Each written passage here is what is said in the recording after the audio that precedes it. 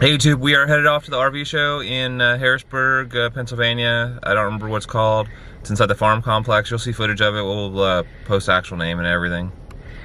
Yep, Grace gets to go to some doggy daycare in Pennsylvania for the first time, so we're going to drop her off and then we're going to go to the RV show. All right.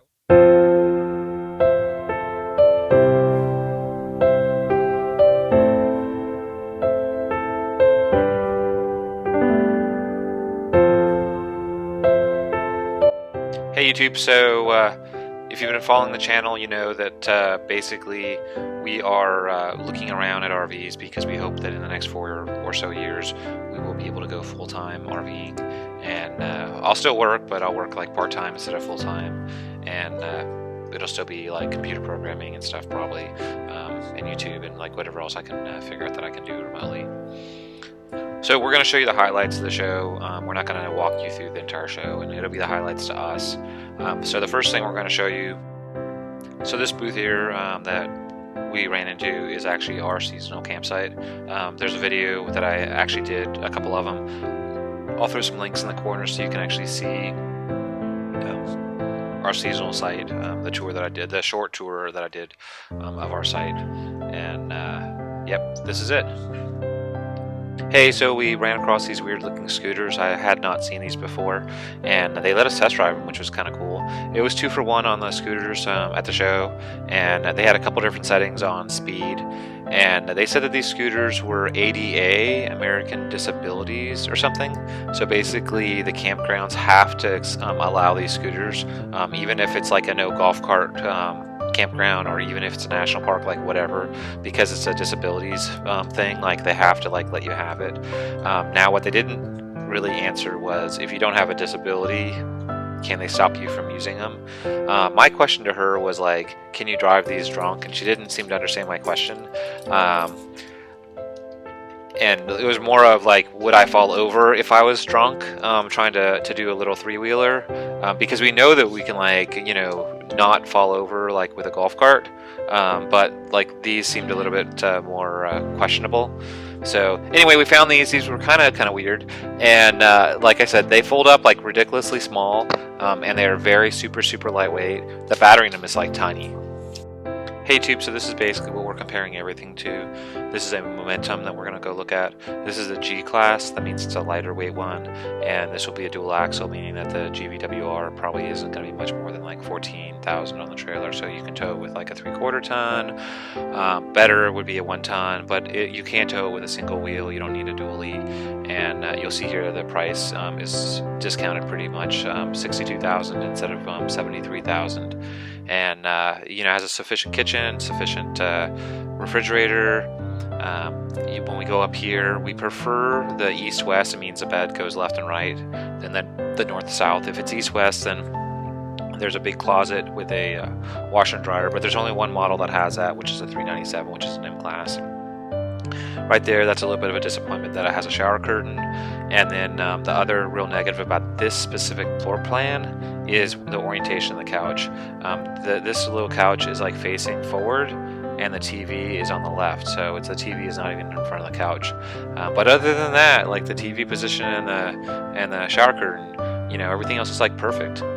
You know, like this area right here in the garage, we could have a side-by-side. We would order it without the Happy Jack, which is like the couches that you see there. There's a washer and dryer hookup in here, and this is opted without the second bathroom, which is the way we do it. There's a stupid TV position, so it's almost like perfect. So I saw these, I wanted to share them with everybody. These are totally not possible for us. This is a Stealth Nomad, and I just happened to see it, and I was like, ooh, what is this? I've never seen one of these before. But I wanted to share it with you. It basically looks like a car trailer, because it basically is a car trailer, except it has like these flip couches, and then it also has a kitchenette inside of it and a bathroom.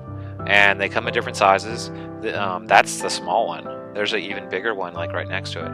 You know, so if you're like really into your Jeep and really into, you know, like auto racing or whatever, here you go. Like this is it. But you know, we want to kind of plan out stuff in moderation, and this is a little bit too much garage. and not enough like livable space. And the other thing is our dog and our cats like would get out through that back like door like when it was open.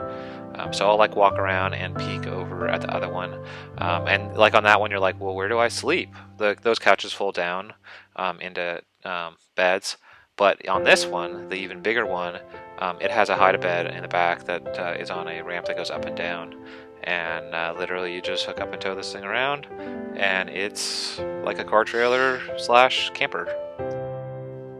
Hey, so when I thought that I found a way to spend like a lot of money, I found even a way to spend even more money. So this is a beacon, and it actually sounds exactly like us. It is the bar edition. Like literally, like when you look it up, this is like what they consider their bar edition fifth wheel. So this fifth wheel here that we're looking at, that looks just like any other fifth wheel, is like $100 and something thousand just for the fifth wheel by itself, which is like stupid ridiculous, because like the normal fifth wheel is like $30,000 to $40,000, and then like if you get like a super fancy toy hauler, like you're looking at like $50,000 or $60,000. So like you could go and buy like 3 fifth wheels for the price of like this fifth wheel that were brand new. It's just like holy crap, like expensive. So we're gonna jump inside, and I'll show you the inside of the beacon. So the first thing that you see here is a bar on the right, and the way that you know it's a bar is because there's a wine cooler there, like literally like built into the cabinetry. Then you have your nice table, and you have your nice island and couches that are all like leather, and ceiling fans. It has some like kind of nice trim work and stuff, and that nice lit ceiling. There's the wine cooler again with the actual bar.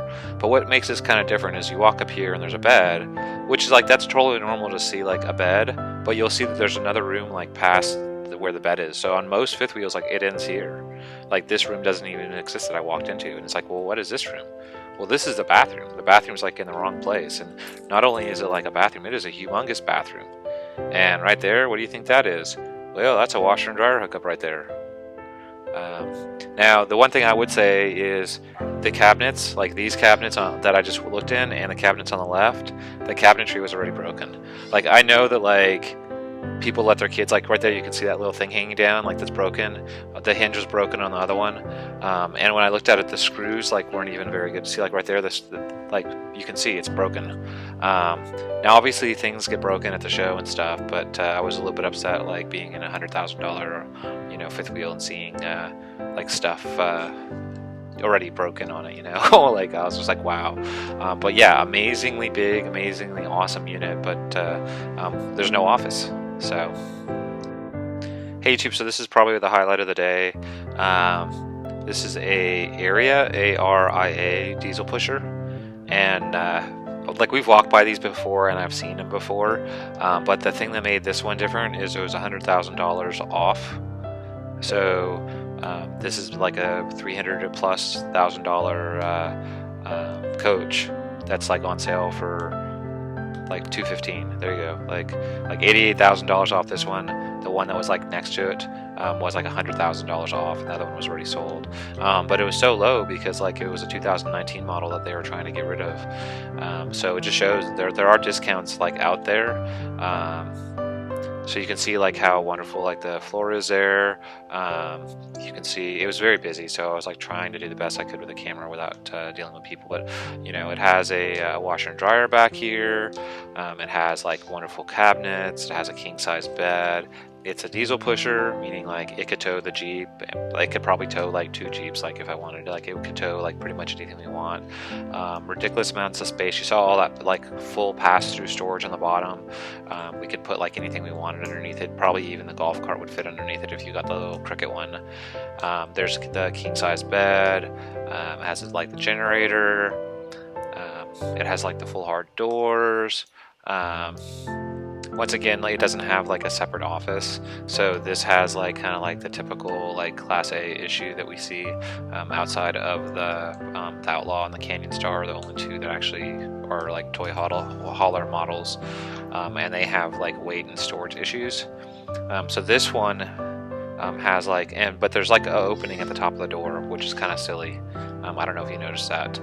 So that's a little bit of an issue, because like that wouldn't really keep the sound out. Like, and then mainly like we want the door there for the sound, you know, so one of us could watch TV while the other one is working on like YouTube videos or something. Not that we know anybody that does that, but I mean, like there's a nice heated towel rack.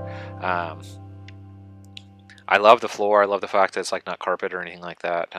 You know, and then you know, the TV is nicely positioned. I guess the price tag is like the whole shock that I have, seeing that they actually have, you know, diesel pushers that are down there like around 200 or less.